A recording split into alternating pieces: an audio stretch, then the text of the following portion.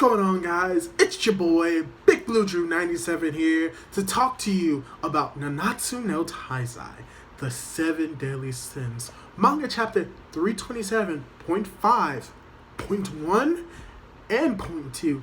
Yes, this is one of those weirder chapters in 7 Deadly Sins. Because when it comes to 7 Deadly Sins, if you didn't know, there are many side stories that divulge information about the characters that we didn't know prior, mainly about their history. If I remember correctly, that's how we got, and don't quote me on this, but at least in the anime, that's how we got King's backstory, Diane's backstory, as well as the backstory of Meliodas as well. And I think that's what is said for like all of the 7 Deadly Sins. Their stories are told within these side stories. And this time, it is telling the story of Escanor, which, in reality, it's not that bad of a side story. And if anything, it shows that the development that we see in Escanor, or not really that is either the fact that is like the prime Escanor. The Escanor that has already fought through his challenges, and the reason why he is prideful is that he has a reason to live.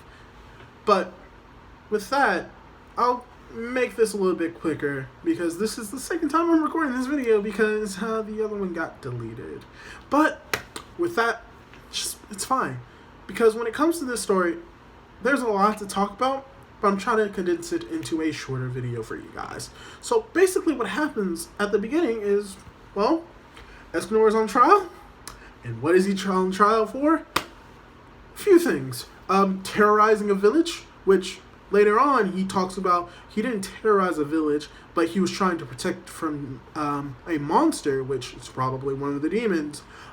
He also hurts one of the Great Holy Knights, which in this moment is Zarthros, or Zaratros. If I remember correctly, he is like soon to be the king of the Holy Knights in a way, or it's just the right-hand man.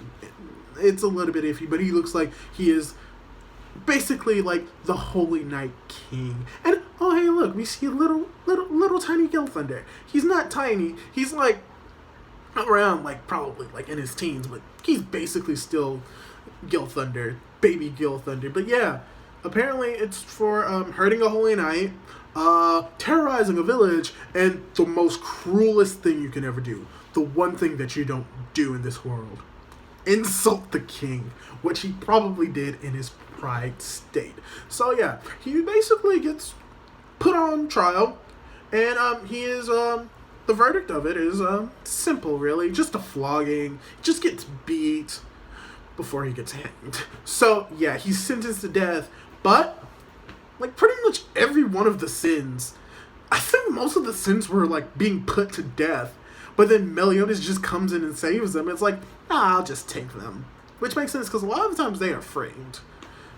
Either directly or indirectly. Diane, King, Escanor are all framed. And after like basically Meliodas saves Escanor from the trial, he invites them into the 7 Deadly Sins, where in reality, it's a great interaction between the 7 Deadly Sins and Escanor. Their first meeting him, well, first of all, we get to see the designs of the 7 Deadly Sins, like, before they were branded as criminals. Diane is the same, but the one major things is that Bond had very long hair, King was still fat, and Gother was still in his suit. So we're just getting basically pre-time skip current story before the current. That's very complicated. We get older designs for the 7 Deadly Sins, which is always a fun thing to see, older designs of characters. The only difference is Diane, Meliodas, and Merlin don't really change, because one of them is a giant with long lifespans, one is a demon with long lifespans, and it's Merlin, the power of infinity. So yeah, Escanor is just introduced to all of them. He just has nice interactions between all of them. They're trying to figure out like, what is he good for? Like, welcome to the 7 Deadly Sins. What is your skill? Here are all of our skills. And he's like, oh. He sees Merlin. He's immediately smitten. And it's just, he's like, oh, wow. You remind me of Rosa. He doesn't say it, but that's basically what's implied. And then probably the funniest interaction he has is with King, where it's like, King still has like a crush and is in love with Diane, so he's like, you better not be staring at her breasts. And it's like, do you like Big Mom? He's like, no. He's like, we're gonna be good friends. So yeah, that's probably the funniest interaction that I saw, along with Diane and her listing out everyone's abilities to just someone that they just met. And Bond comes in and is like, by the way, what's your skill? Are you a spy? Do you use bow and arrows? Are you an assassin? And he's like, poetry writing. And that is the cue for everyone to get drunk. Everyone gets plastered. Everyone drinks all the alcohol. And during this commotion, Escanor lies and says he has to go to the toilet, when in actuality, he's about to leave permanently. But before he does that, Merlin stops him and is like, where do you think you're going? And Escanor basically explains, it's like, yo, I'm leaving because the truth is, I hurt people. Like, this curse of mine, it just hurts people, and I don't want to hurt you because of it. And like, he's like, she just says, you're cursed? And he's like, yes, it's a long while I can't control this power. I call it my curse, and it led to someone I know, like, taking harm.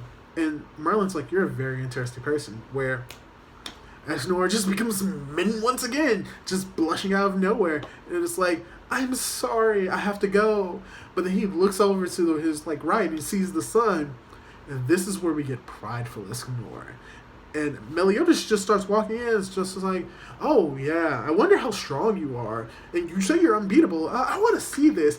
And this is like the moment where they realize, oh, he's different when he's in the prideful form. Because Merlin makes a comment of like, his demeanor has changed. And to some of what he says, it's like, you take one step near me, you are going to die. I cannot promise that I can hold back, because I guarantee you, you will die. And Meliodas, in his like excitement because he enjoys fighting, takes one step, and as coincidentally as it is, Bond walks in and dies. And he dies in the best way. Bond dies. He's Escanor thinks that Bond dies, but Meliodas slams into Bond. Bond slams to this wall. Head explodes. Meliodas goes to the wall. And Escanor, and this is something that we've never seen of current Escanor. He looks at his fist in fear of what he just did.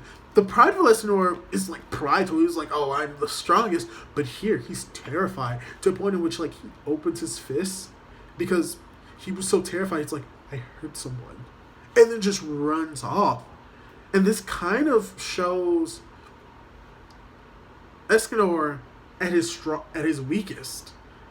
And that can be, and if this is his weakness, what happens next just shows how strong he is in the present time, because he runs away, runs to probably the largest mountain in this area, if not in the entirety of Britannia, destroys it in a night. In one, not even a day, half a day, destroys this large mountain. And as Merlin has explained, it was a pain to find him because he eventually returns back to normal. It turns into nightfall. We don't know exactly what it is during the night, but it's nighttime. The mountain is destroyed. Most of the mountain is destroyed. Only a sliver is left. And Merlin makes a comment, it's very hard to find you among all of these mountains. So the mountain was so big that Escanor just destroying it basically created a new mountain range, which, what is funny is that Merlin makes comments like, well, it's good for mapping. And he's like, yeah, I'm so glad that y'all are willing to help me, but I'm afraid of my power. This is Escanor. Oh, maybe I should say more of Escanor. I'm afraid of my power. This cursed power of mine. It's the very reason why I'm alone. And it's like, he makes another comment about how Merlin looks like Rosa, which, for me, the theory could be that Rosa is Merlin, because of all the similarities that they have and the fact that Merlin is his love as well as Rosa was his love. But he also makes a comment of like how she has like that cold loneliness in her eyes as well, which it's rare to see Merlin also show like emotion. So in this scene, she looks like she's also alone. And it's like, and it's so impactful to see this, not just from Merlin, but from Escanor. And it even goes more into self-loathing when he's like, yeah, thank you for trying to comfort me, but like, I can't do this. I killed your friends. Your friends are dead. And what is funny is just we see Bond and Meliodas walking in, and it's like, who did you exactly kill? And he just becomes shocked because he's like, and he screams, "Ghost!" But it's like, no, it takes a lot more to kill them. And then he's like, he just looks at them, and Meliodas aptly says, oh, you're not the only monster around here. Because for the most part, they're all pretty much monsters. The only ones that, like, are relatively human is Bond, but he's immortal. So he's not really a normal human, as well as Merlin, but she has the power of infinity and shows she's different. But then Meliodas makes his comment, is like, don't worry, we're just like you. We're here to repent for our sins and to live to the fullest. And this actually, all of what they're doing right now is in total opposition of what Escanor is and what he believes in at this moment. Because at this moment, he talks about he cannot control his power and that he harms people and that he never wanted this power in the first place. He's like, you have no idea. You don't know me. You don't know me is basically what he's saying. And Gother just chimes in without missing a beat. You're a prince in the past land, and your curse banished you from this kingdom. On top of that, the girl betrayed your kingdom to let you escape. And he's like, how? And it's like, it's just this power. And he dives more into the fact of, but you went back to it, and it was destroyed. And Bond makes comments like, oh yeah, that was destroyed by barbarians. But yeah, and then Meliodas is like, yeah, why are you so mad? That had nothing to do with your power. And it's like, he's like, no. And then he basically goes, it's like, oh no, this all happened because of my curse. And he's like, I bet you Rosa has a grudge against me. And he says, I deserve death. That's mainly what he goes on. He's like, I deserve death. I don't deserve to live. But Merlin has a solution to that. She's like, oh, why didn't you ask? It's like, what? Oh, I'll help you go see Rosa. So this kind of later on, what it is shown is that she's in there. That Escanor goes to the realm that we meet Bond's girlfriend, which is King's sister. The fairy, I'll call her the fairy queen, basically. But it's implied that Rosa might be dead, or it could be possible that Rosa is just Merlin, because as we've seen, like, anyone can go to that world. But more likely than not, Rosa is dead, and he's like, oh, I'll just send you there. And how he sent there is somewhat of a surprise. I'm not going to spoil it for you. But, yeah, after, like, he gets his resolution, like, oh, I can see her and tell her how I feel. Nah, I don't think I have the right to do that. I have nothing interesting to tell her. And I caused so much trouble for you guys. Yeah, I think I should just die. I deserve death. And Bond is just pissed. Which makes sense that Bond is the one that does this because he can't die. And he goes on this rant and is like, oh, if you really want to die, then you better do it properly. And if you really want to die, I'll send you to death right now. How about it? And like, Meliodas is like, don't listen to him, Escanor. And Bond just drops him. And he talks about, oh, the reason why you shouldn't listen to him is because tomorrow we're going to have a fight. And we're going to make things clear there. And he talks, and he specifically mentions nude, which y'all know where that is going. High Noon Escanor. This is basically the chapter where High Noon Escanor is born. Because we immediately go into just Escanor, his fooling flaming beauty. Just awing and oozing the sun. Even to the point in which Merlin calls out, so the peak of his power is at noon, and she is smiling when she sees this and says it's incredible. And so he basically he's still prideful, but it's a different type of pride. It's like his pride is not for himself, but for the power that he has. And it's like, I pity things being such as yourself, creatures who prone to die. And as soon as he says that, uppercuts Meliodas, and you're thinking he's about to be sent flying, instantly becomes demon form. instantly punches him into the ground. He lands on the ground.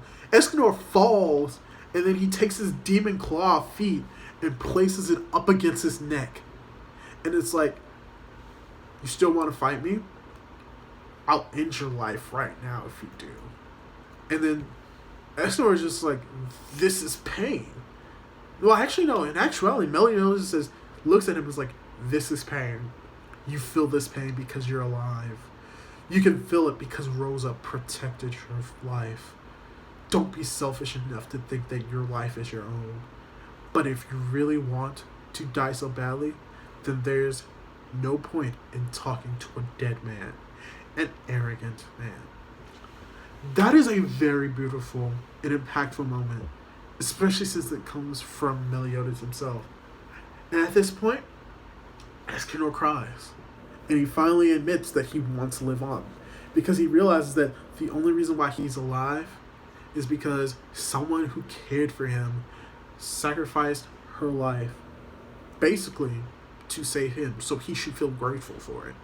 And he should feel pride in his life now. Because the life isn't his own. It basically belongs to everyone else, because it's a little bit convoluted, but it's very impactful. It's that his life is not his own because he serves the people. His life belongs to the people that he cherishes, which is very impactful and is very sad.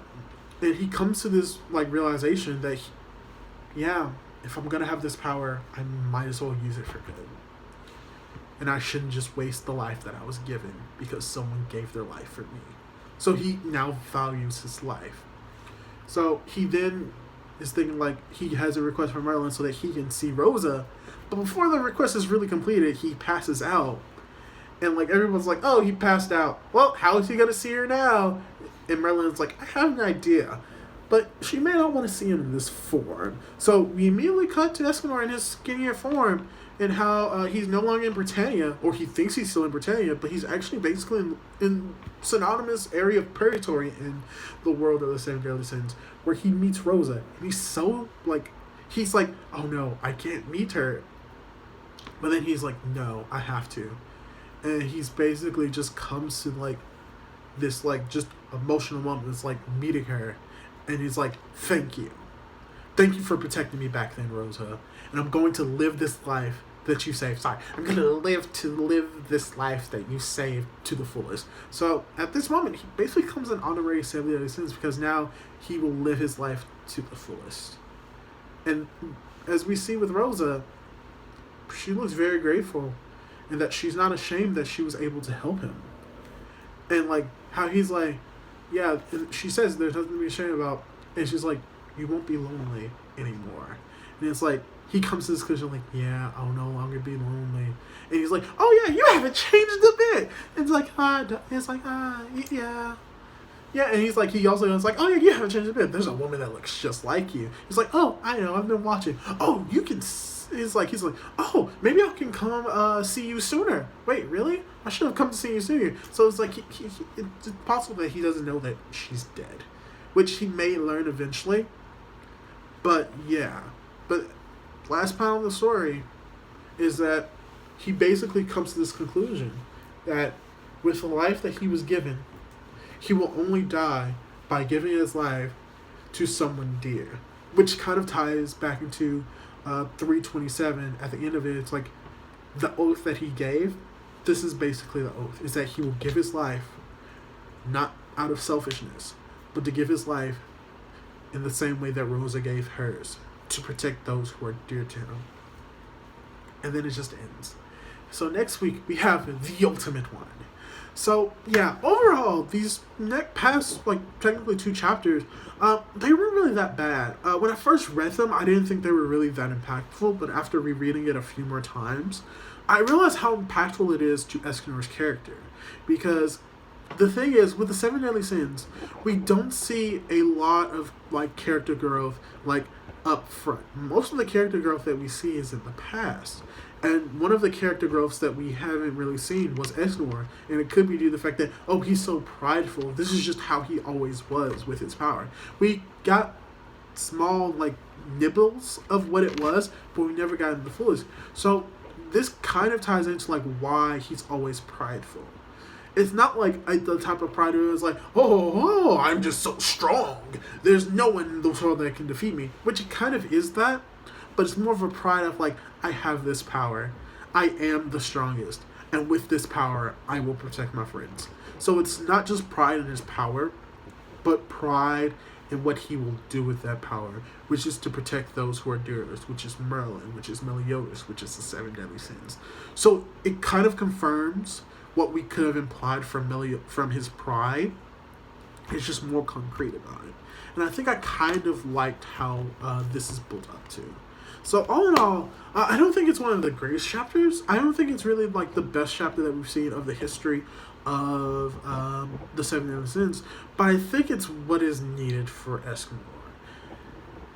Mainly because with this, it kind of signs every check on his death flags. It's like we got his past, we got the origins of his power. So most likely, Escanor is going to die. If not in the next chapter, he's going to die. Which means that he's probably going to be reunited with Roses soon. But it means that Escanor's journey has come to an end. If anyone is going to die, it's probably going to be Escanor. And I think that this may be a good book ending for him. Just showing showing what he was now, and at the end of his life, showing what he was, which ties into how he did not honor life, but he learned that his life has meaning when given for someone else, and that this is what he's basically been working towards, his ultimate goal, his magnum opus. So tying his beginnings to its end, it makes sense. Whether or not it's sad or not, I kind of like it. So if anything, if I were to give this chapter an overall score, normally it'll probably be like a 3 or a 3.5. But I think just the emotional impact it has with Escanor, I'll give it a 4. So if anything, just the message with this chapter and how it affects Escanor as a whole bumps it up from being a very average chapter to being a really good chapter, and it's mainly how it just ties into Escanor's character. But with that out of the way, I cannot wait for next week's chapter, because we're going to see Escanor, what I hope, just kill the Demon King or cripple him. I want him to. I know he probably won't kill him, but it's going to be very impactful. It's just going to be a slugfest. So hopefully you'll be able to keep watching these videos, and I will catch you guys in the next one. Woo!